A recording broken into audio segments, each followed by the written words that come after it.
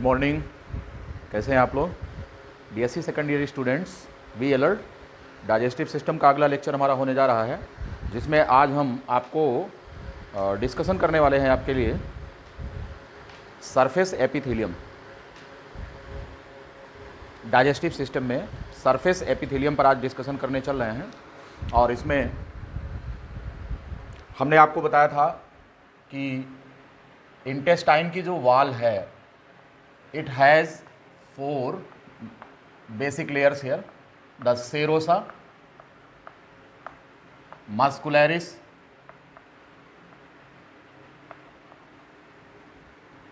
submucosa and mucosa.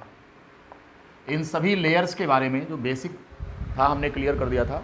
Serosa के बारे में भी डिस्कशन हुआ, मस्कुलरिस हो गया, सब म्यूकोसा के बारे में बता दिया था। यहाँ पर म्यूकोसा में हमने आपको बताया था कि इसमें 3 लेयर पाई जाती हैं। कौन कौन सी? एक तो होता है मस्कुलरिस म्यूकोसा, और इसमें भी उसी तरह से लॉन्गिट्यूडनल और सर्कुलर मसल्स लेयर पाई जाती हैं, जैसे कि आपने देखा था किसमें, बाकी जो मस्कुलरिस था, जो एक्सटर्नल लेयर थी, सिरोसा के जस्ट नीचे स्थित थी मस्कुलरिस में, उसमें लॉन्गिट्यूडनल और सर्कुलर मसल लेयर पाई जा रही थी। तो बिल्कुल सेम वही स्ट्रक्चर यहाँ पर पाया जा रहा है, right.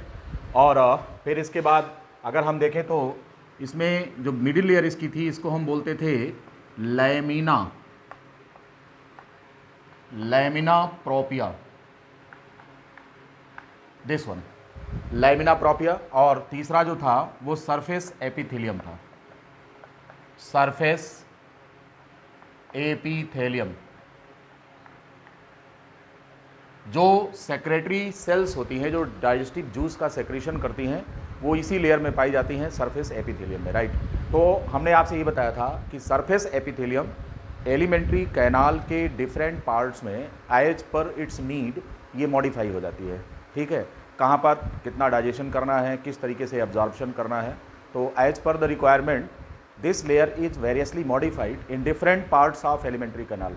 Now come and see what kind of modification in this layer found. कितने प्रकार के मॉडिफिकेशंस हैं, कौन कौन से परिवर्तन इसमें होते हैं नीड के हिसाब से, आइए और इस पर चर्चा करते हैं, ठीक है। तो अब हम यहाँ पर आज डिस्कशन करने चल रहे हैं surface epithelium, this layer, the surface epithelium. इसकी हिस्टोलॉजी देखने चल रहे हैं, किसमें किस किस तरह की टिश्यूज पाए जाते हैं और क्या होता है ये। जैसा कि हमने आपको अभी बताया कि सरफेस एपिथेलियम में सेक्रीट करने वाले डाइजेस्टिव जूस का सेक्रीशन करने वाली कोशिकाएं पाई जाती हैं। तो किस पार्ट से किस प्रकार के डाइजेस्टिव जूस का सेक्रीशन होता है और उसको सेक्रेट करने वाली सेल्स किस प्रकार की होती हैं, इस पर चर्चा करनी है। सरफेस एपिथेलियम इन ओसोफेगस। अगर हम बात करें कि ओसोफेगस में किसकी हम बात कर रहे हैं, सरफेस एपिथेलियम, ठीक है। This lecture is for BSc 2 second year students, ध्यान रखें ये आपके कोर्स में है। डॉक्टर राम मनोहर लोहिया अवध यूनिवर्सिटी के सिलेबस में बीएससी सेकंड ईयर जूलॉजी के विद्यार्थियों का ये चैप्टर डाइजेस्टिव सिस्टम है, मैमेलियन फिजियोलॉजी, पेपर 3 में आता है, जिसका डिस्कशन हम कर रहे हैं, आपको पता है। और इसमें आज हमारा 5वां लेक्चर है, राइट। और इसमें हम आपको बताने चल रहे हैं कि सरफेस एपिथेलियम। तो अब देखिए, जो एसोफेगस है हमारा, आपको याद होगा हमने आपको बताया था कि इस पार्ट में ना तो कोई डाइजेशन होता है और ना ही कोई सेक्रीशन होता है, राइट। इसलिए यहाँ पर जो सरफेस एपिथेलियम होता है, इसका जो टिश्यू होता है वो नॉन सेक्रेटरी होता है, ठीक है। तो यहाँ पर जो टिश्यू होगा, दिस वन, इसकी जो लाइनिंग जिससे बनेगी, क्योंकि यहाँ पर no digestion, no absorption,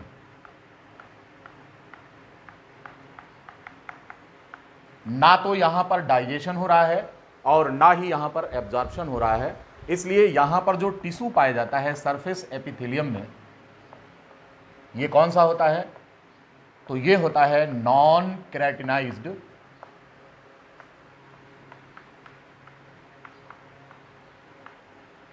stratified squamous epithelium. ये टिश्यू यहां पर पाया जाता है, non keratinized stratified squamous epithelium. ये नॉन केराटिनाइज्ड का मतलब क्या होता है? नॉन केराटिनाइज, केराटिन जो होता है एक प्रकार का प्रोटीन होता है, और आपके स्किन की जो एपिडर्मिस है इसकी सबसे बाहरी लेयर जिसे हम स्ट्रेटम कॉर्नियम कहते हैं, यहाँ की सभी डेड सेल्स के अंदर क्या पाया जाता है? ये केराटिन नाम का प्रोटीन होता है, और केराटिन होने की वजह से ही सेल डेड है, क्योंकि ये वाटर एब्जॉर्ब करके सेल्स को डिहाइड्रेट कर देता है, यानी कि साइटोप्लाज्म ड्राई हो जाता है, उसमें जितना भी पानी होता है ये एब्जॉर्ब कर लेता है सारा, उसको डेसिकेट कर देता है, इसलिए सेल्स डेड हो जाती हैं। लेकिन यहाँ जो ओसोफेगस की लाइनिंग है इसमें पाई जाने वाली सेल्स लिविंग है, दीज आर नॉट डेड, तो यहाँ पर इसीलिए केराटिन नहीं होता। अब हमने दूसरा टर्म यहाँ पर यूज किया है stratified, non keratinized stratified. Stratified का मतलब क्या हुआ कि यह जो लेयर है surface epithelium, it is made up of more than one layer thick. ये more than one layer thick होती है, इसीलिए इसको स्तरित कहा जाता है। स्तर से, कई स्तर से बना होता है, स्ट्रेटिफाइड, इसीलिए नाम पड़ा। और इनके सरफेस पर जो सेल्स होती हैं वो फ्लैट स्क्वामस होती हैं। आपको याद होना चाहिए कि non keratinized stratified squamous epithelium उसी जगह पर पाया जाएगा जहां सरफेस गीला है, ड्राई सरफेस पर नहीं, जहां सरफेस गीला है और चिकना है, स्मूथ है। अब ओसोफेगस में बिल्कुल यही बात होती है, क्योंकि डाइजेशन तो होने से रहा। अब स्ट्रेटिफाइड जहां पर भी होगा वहां कोई सेक्रीशन नहीं होगा, ध्यान रखेंगे।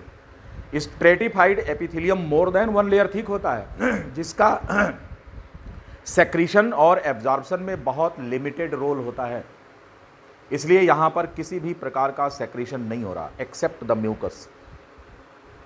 ध्यान रहे, म्यूकस क्या करता है? इसके सरफेस को गीला रखता है, चिकना रखता है, जिससे आसानी से भोजन यहां से सरक करके ओसोफेगस से नीचे उतरता हुआ आपके स्टमच में पहुंच जाए। आपको सरफेस एपिथेलियम की बात ओसोफेगस में समझ में आ गई होगी। ओसोफेगस में यहां पर tissue stratified more than one layer thick होता है, and wherever the stratified epithelium found, it has very limited role in secretion and absorption. Therefore, no secretion, no absorption in this part of esophagus, and hence there is no digestion in this part of alimentary canal. Right? अब इसके बाद अगर हम बात करें, जो दूसरा number आता है वो आपका होता है स्टमच।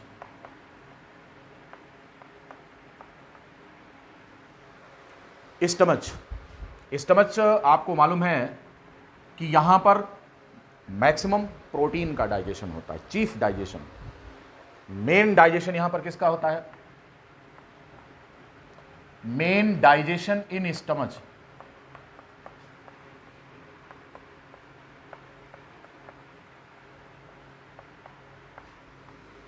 ऑफ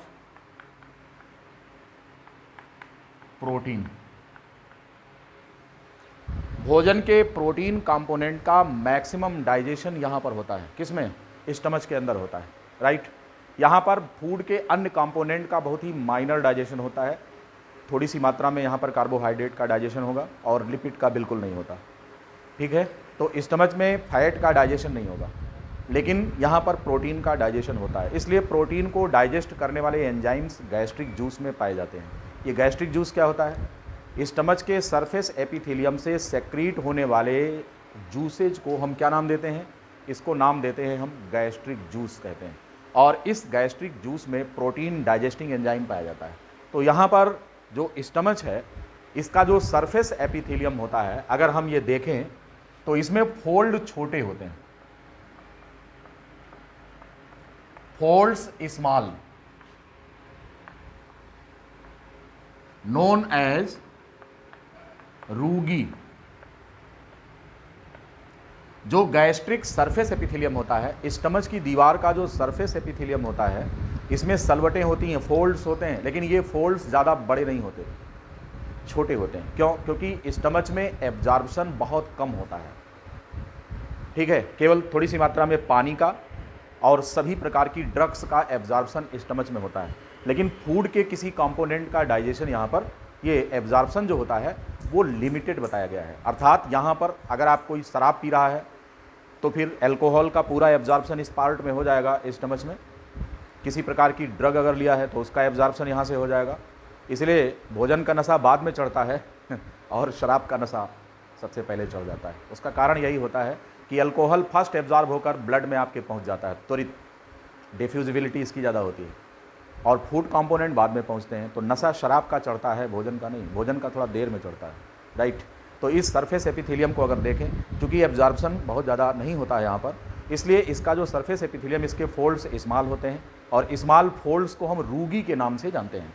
तो एक टर्म यहाँ पर जो हम दिखा रहे हैं, this one you should know, इसको गैस्ट्रिक फोल्ड भी कह सकते हैं या इसको रूगी कह सकते हैं। अगर फोल्ड्स बहुत प्रोमिनेंट नहीं है तो फिर ऐसे रिजेज और डिप्रेशन को यहाँ पर हम क्या नाम देते हैं, इसको हम रूगी कहते हैं, RUGAE, आपके सामने लिखा है।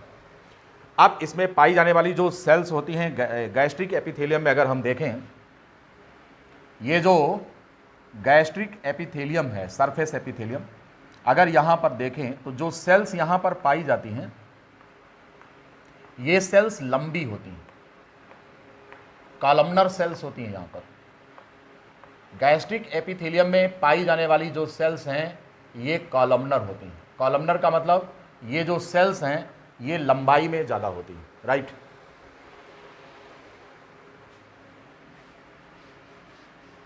गैस्ट्रिक एपिथेलियम का निर्माण करने वाली जो सेल्स हैं, अब अगर हम यहाँ पर देखें तो ये इनका लोकेशन होता है। जो सेल्स यहाँ पाई जाती हैं इनमें से म्यूकस सेक्रेटिंग सेल्स होती हैं, म्यूकस सेल्स, इनको हम गोबलेट सेल के नाम से भी जानते हैं, गोबलेट सेल्स। म्यूकस का सेक्रीशन करने वाली सेल्स, इन्हें हम म्यूकस नेक सेल या फिर गोबलेट सेल भी कहते हैं, और इनका काम होता है म्यूकस का सेक्रीशन करना। ध्यान रहे कि यह आपकी बॉडी में दो ही ऐसी ग्लैंड्स हैं जो यूनिसेलुलर होती हैं। इनमें से पहला हम आपको बता रहे हैं म्यूकस सेक्रेटिंग सेल। तो म्यूकस का सेक्रीशन जिन ग्लैंड से होता है वो केवल एक ही सेल की बनी होती है, यूनिसेलुलर ग्लैंड होती है, राइट। फिर इसके बाद नंबर आता है पेराइटल सेल्स का। पेराइटल सेल्स, इनसे HCl का सेक्रीशन होता है। क्या सेक्रीट करती हैं? सेक्रीट हाइड्रोक्लोरिक एसिड, HCl का सेक्रीशन करती हैं। इन सेल्स को ऑक्जेंटिक सेल्स भी कहा जाता है, ऑक्जेंटिक सेल्स।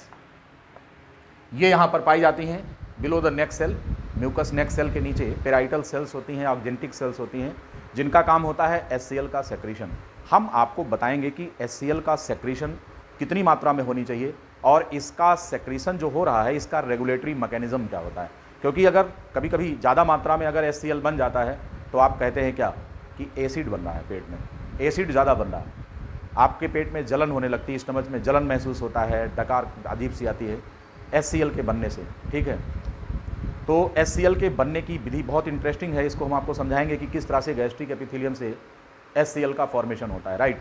और फिर इसका सेक्रीशन कैसे रेगुलेट होता है, कौन से हार्मोन्स होते हैं जो HCl का सेक्रीशन रोकते हैं या फिर नियंत्रित करते हैं, और कौन कौन से ऐसे नर्व्स होती हैं, या फिर किस किस तरीके का रेगुलेशन होता है HCl सेक्रीशन का।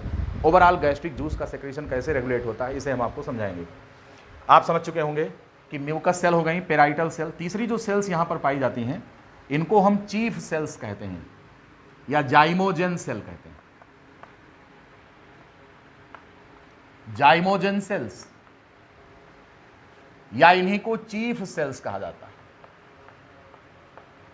चीफ सेल्स और जाइमोजेन सेल्स। इनका काम होता है क्या करना, इनका काम होता है प्रोटीन डाइजेस्टिंग एंजाइम का सेक्रीशन करना, जिसमें पेप्सिन होता है और रेनिन होता है। ध्यान रहे दो हार्मोन यहाँ पर होते हैं, ये एंजाइम होते हैं, पेप्सिनोजेन सेक्रीट पेप्सिनोजेन, ये पेप्सिनोजेन का सेक्रीशन करती हैं, एंड प्रोरेनिन,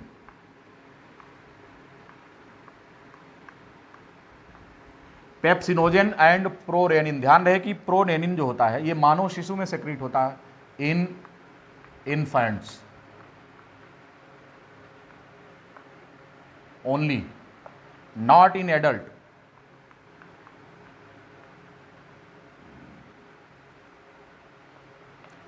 एडल्ट्स में इनका सेक्रीशन नहीं होता। किसका? प्रोरेनिन नाम का एक एंजाइम होता है जिसका सेक्रीशन जाइमोजेन सेल से होता है, बट इन जुवेनाइल्स, जो मानव शिशु होता है, जो माँ का दूध पी रहा होता है बच्चा, उसमें इसका सेक्रीशन होता है। आगे हम इसका यूज बताएंगे, काम क्या होता है इसका। तो इस तरह से आपने देखा, सबसे ऊपर म्यूकस सेल, फिर पेराइटल सेल, फिर जाइमोजेन सेल्स, और ये जो जाइमोजेन सेल्स हैं इनको हम चीफ सेल्स कहते हैं, और इनसे सेक्रीट होता है पेप्सिनोजेन और प्रोरेनिन नाम के एंजाइम रिलीज होते हैं, राइट। अगर आपसे कोई पूछे कि गैस्ट्रिक एपिथेलियम से, तो चीफली यहाँ पर अगर आप देखें तो प्रोटीन डाइजेस्टिंग एंजाइम से सेक्रेट होते हैं। बहुत ही थोड़ी मात्रा में गैस्ट्रिक एमाइलेज रिपोर्ट किया गया है। प्रोटीन का डाइजेशन यहाँ ज़्यादा होता है और फैट का डाइजेशन बिल्कुल नहीं होता स्टमच के अंदर, राइट। यहाँ तक की बात समझ में आ गई आपको। आगे चलेंगे और हम बात करते हैं कि इसका जो बेस होता है, अगर हम देखें यहाँ पर, हियर जी सेल्स फाउंड। ये जो जी सेल्स होती हैं इनको अर्जेंटाफिन सेल्स भी कहते हैं। अर्जेंटाफिन सेल्स, ये अर्जेंटाफिन सेल्स क्या होती हैं? Argenta stands for silver. Silver stains से इनको कलर किया जा सकता है। These take the silver stain, therefore their name is argentaffin cell. इनका रोल एंडोक्राइन होता है, एंडोक्राइन रोल होता है, और ये यहाँ से हार्मोन्स का सेक्रेशन करती हैं। गैस्ट्रिन, कौन सा हार्मोन होता है? गैस्ट्रिन हार्मोन का सेक्रेशन करती है, इसीलिए इनको endocrine cells, entero endocrine cell भी कहा जाता है। एंटेरो एंडोक्राइन सेल्स काम क्या होता है इनका? ये सेक्रेट करती हैं हार्मोन, गैस्ट्रिन का सेक्रेशन करती हैं। तो these have the endocrine role and these secrete the hormone gastrin hormone का सेक्रीशन करती है। G cells, argentaffin cells, why their name argentaffin? अभी हमने आपको बताया कि these take the silver stains. Silver stains लेते हैं ये, सिल्वर जिसमें ऐसे स्टेन्स में जिनमें कि सिल्वर होता है, उससे इनको कलर किया जा सकता है, इसलिए इनका नाम क्या पड़ा? Argentaffin sales. एंडोक्राइन रोल होता है इनका, और ये गैस्ट्रिन नाम के हार्मोन का सेक्रेशन करती हैं। इन सब का काम क्या है हम आपको आगे डिस्कस करेंगे। और इसमें गैस्ट्रिक एपिथेलियम में एक सेल और होती है जिसको हम डी सेल कहते हैं, राइट। अगली जो सेल है, लिखने की जगह नहीं यहाँ पे,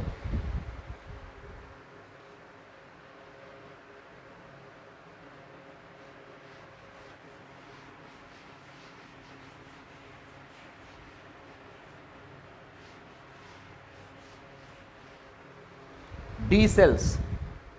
अगली जो सरफेस एपिथेलियम में पाई जाने वाली सेल हैं इनको हम डी सेल्स कहते हैं। सेक्रीट, इनका मेन रोल क्या होता है? Secrete the hormone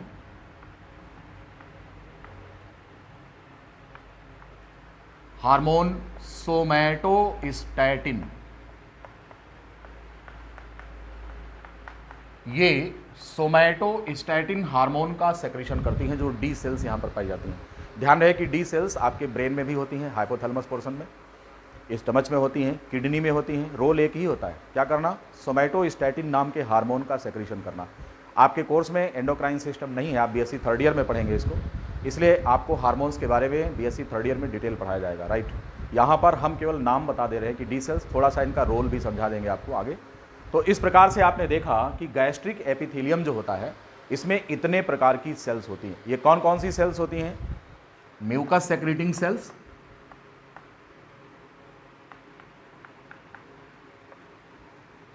parietal cells,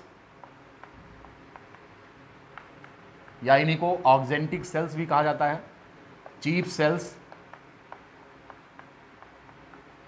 G cells and D cells. जैसा कि हमने अभी आपको बताया, जी सेल्स को हम अर्जेंटाफिन सेल्स के नाम से भी जानते हैं।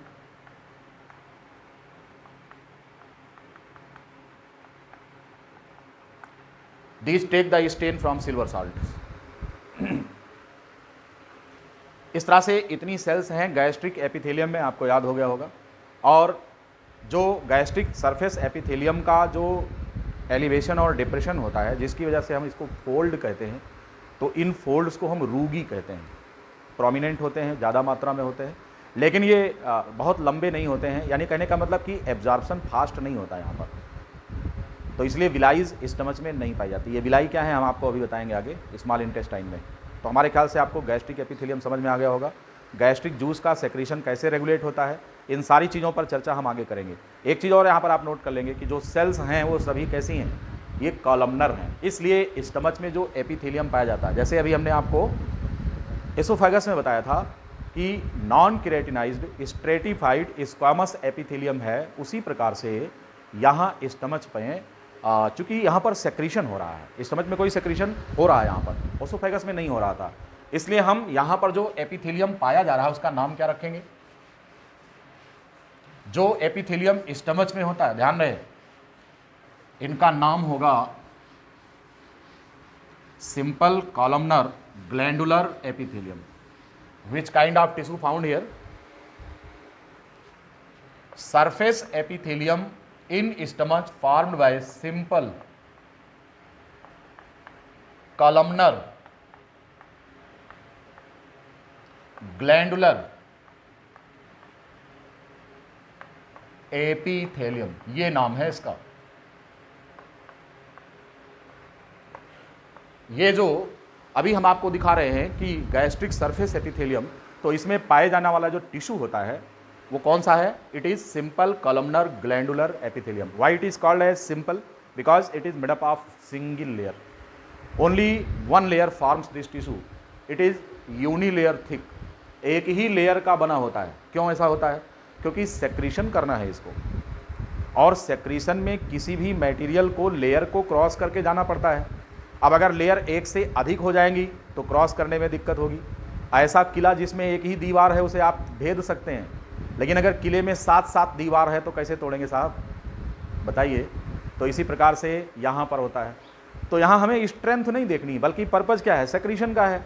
तो सेक्रीशन जहाँ कहीं भी होगा वहाँ स्ट्रेटिफाइड एपिथेलियम नहीं होता, एपिथेलियम सिंगल लेयर थिक होता है। तो स्टमच में भी ऐसे ही होता है, यहाँ पर यूनिलेयर थिक होता है, because this has to secrete the digestive juice, right. इतनी बात समझ में आ गई।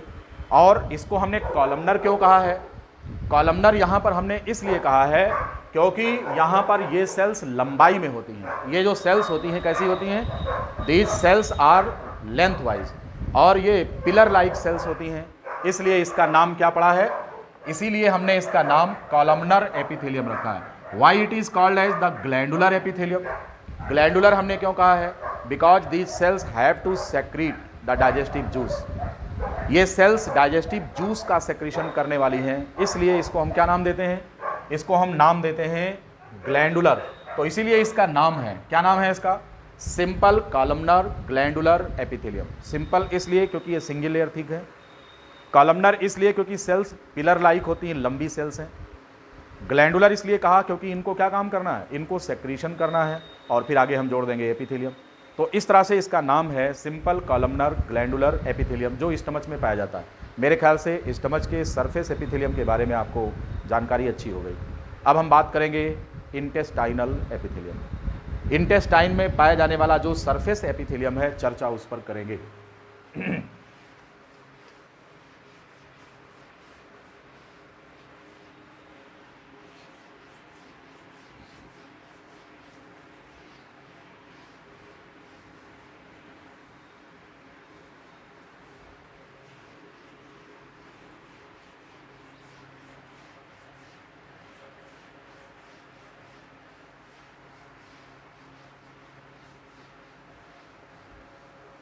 Now come to see here the surface epithelium of small intestine. Surface epithelium of small intestine.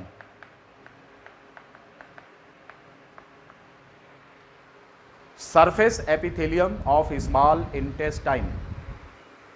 यहाँ पर अगर हम देखें कि काम क्या होना है, तो हमने आपको बताया था कि स्मॉल इंटेस्टाइन के 3 पार्ट होते हैं। कौन कौन से होते हैं, इनमें से पहला इसको हम बोलते हैं proximal part of small intestine, proximal, और इस प्रॉक्सिमल पार्ट को हम बोलते हैं ड्यूोडेनम। This one. दूसरा पार्ट इसका होता है जेजुनम। ये कौन सा पार्ट होता है? ये मिडिल पार्ट होता है। और तीसरा जो पार्ट होता है वो है इलियम। ये कौन है? ये इसका डिस्टल पार्ट है। तो प्रॉक्सिमल पार्ट जो सबसे पहले पड़ता है, स्टमच के जस्ट बाद जो आता है वो प्रॉक्सिमल पार्ट होता है, and it is also known as the duodenum. इसके बाद जो आता है उसको हम बोलते हैं जेजुनम, और जो इसका डिस्टल पार्ट होता है दूरस्थ, उसको हम बोलते हैं इलियम। आपको पता है कि हमने आपको बताया था कि एब्जॉर्प्शन और डाइजेशन इन दोनों का काम यहाँ ज़्यादा है। यानी कहने का मतलब कि मैक्सिमम एब्जॉर्प्शन,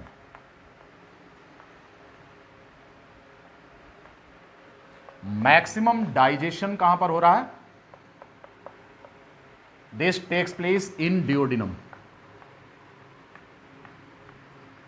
भोजन का सबसे ज्यादा डाइजेशन अगर एलिमेंट्री कैनाल के किसी भी पार्ट में हो रहा है तो वो कौन है? That is the duodenum. और अगर हम बात करें कि मैक्सिमम एब्जॉर्प्शन किस में होता है? Maximum absorption, this takes place in the jejunum part.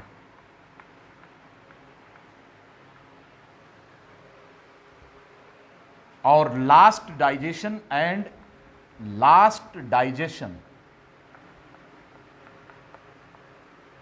that takes place in ileum part of small intestine. ध्यान रखना, ये तीनों बहुत इंपॉर्टेंट पॉइंट हमने आपको बता दिया। डियोडिनम में मैक्सिमम डाइजेशन होता है, जेजुनम में मैक्सिमम एब्जॉर्प्शन होता है डाइजेस्टेड फूड मटेरियल का, और इलियम में अंतिम डाइजेशन होता है, और अंतिम एब्जॉर्प्शन नहीं कहेंगे, हाँ डाइजेस्टेड फूड मटेरियल का अंतिम एब्जॉर्प्शन यहाँ पर होता है। अगर हम बात करें कि लास्ट एब्जॉर्प्शन भी होता है क्या, तो हम कहेंगे कि जो डाइजेस्टेड फूड मटेरियल होते हैं उन सब का अंतिम एब्जॉर्प्शन यहाँ पर होता है, क्योंकि लार्ज इंटेस्टाइन में केवल साल्ट्स और वाटर का एब्जॉर्प्शन होता है, किसी भी फूड के डाइजेस्टेड कंपोनेंट का एब्जॉर्प्शन नहीं होता लार्ज इंटेस्टाइन में। इसलिए अंतिम एब्जॉर्प्शन भोजन का यहीं पर होता है। कहाँ पर? इलियम में। तो last digestion in the ileum and last absorption of digested food also takes place here.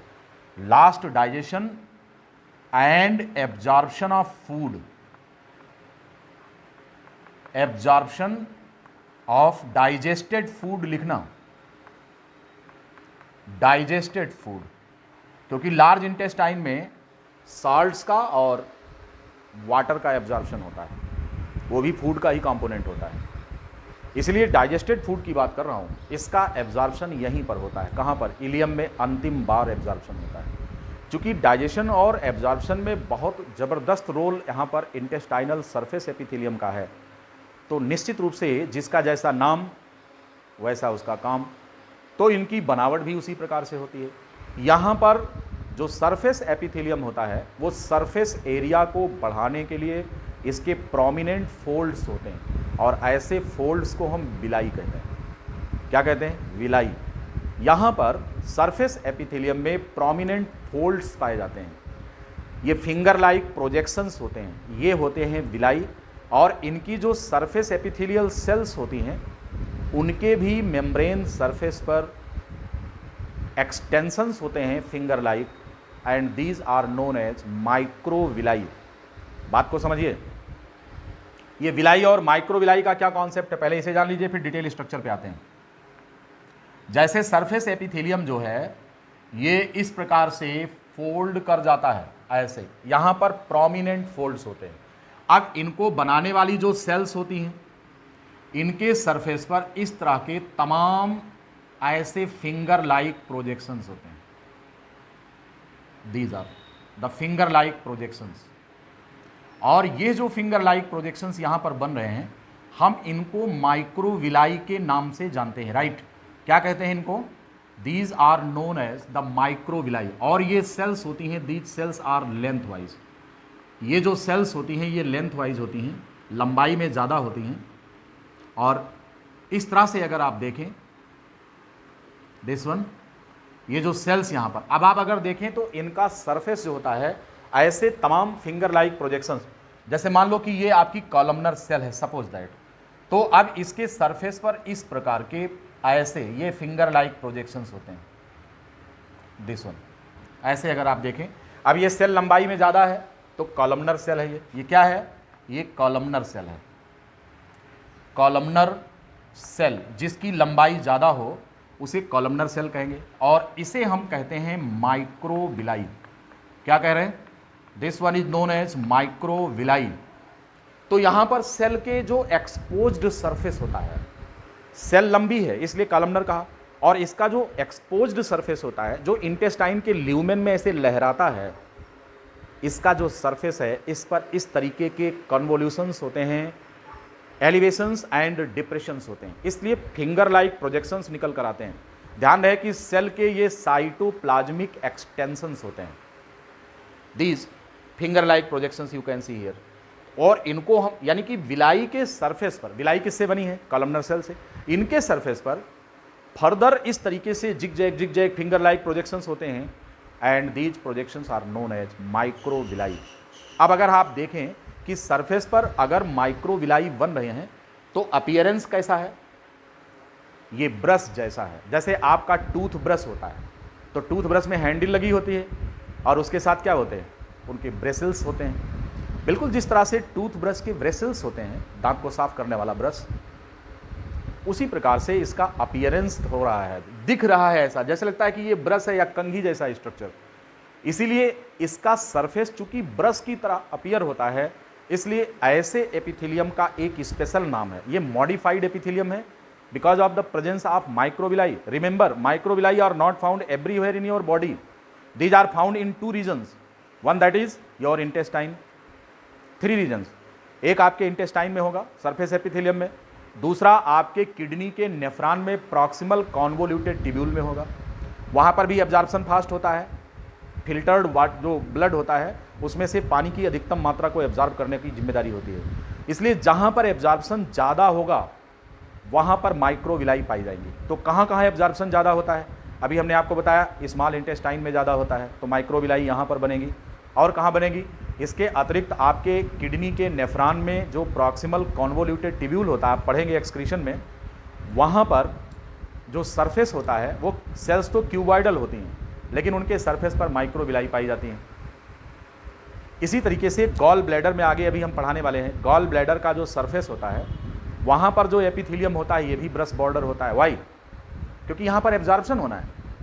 Which material absorb in gall bladder, you know, जो बाइल आपके लीवर में बनता है ये काफ़ी डाइल्यूट और जूसी होता है, तो इसमें पानी की मात्रा करीब 92% होती है, और इसलिए इस अतिरिक्त पानी को एब्जॉर्ब करने का काम गॉल ब्लैडर में होता है, so as to make the bile juice much concentrated and most effective in its action. इसीलिए यहां पर ब्रश बॉर्डर टाइप का एपिथेलियम होता है। तो ध्यान रहे कि ऐसे एपिथेलियम जिनके सरफेस पर माइक्रोविलाई का अरेंजमेंट होता है, such kind of epithelium is known as what, it is known as the brush border epithelium. Right, बात समझ में आ गई होगी आपको। तो चूंकि इंटेस्टाइन में एब्जॉर्प्शन होना है तो इसके सरफेस पर माइक्रोविलाई पाई जाती हैं, और अपीयरेंस कैसा होता है, it is known as the brush border epithelium. Now give the name. अब इसे हम नाम क्या देंगे, यहां पर इंटेस्टाइन का जो सरफेस एपिथेलियम होता है इसका नाम क्या लिखा जाएगा, कौन सा टिश्यू होगा यहां पर, तो आप लिख सकते हैं यहां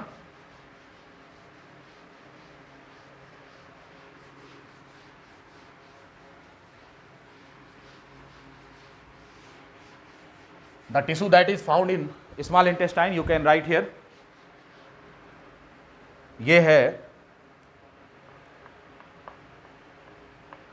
अगर हम बोले कि tissue in surface epithelium of small intestine, तो आप क्या लिखेंगे यहां पर, इसे लिखेंगे simple. Y it is simple, because secretion हो रहा साहब, जहां पर सेक्रीशन होगा वहां सिंपल होगा, स्ट्रेटिफाइड कभी नहीं हो सकता, कंपाउंड एपिथेलियम कभी नहीं हो सकता, इस बात को ध्यान रखना। तो सिंपल हो गया। अब आप देखें तो कॉलमनर है, क्यों, क्योंकि सेल लंबाई में है तो कॉलमनर हो गई।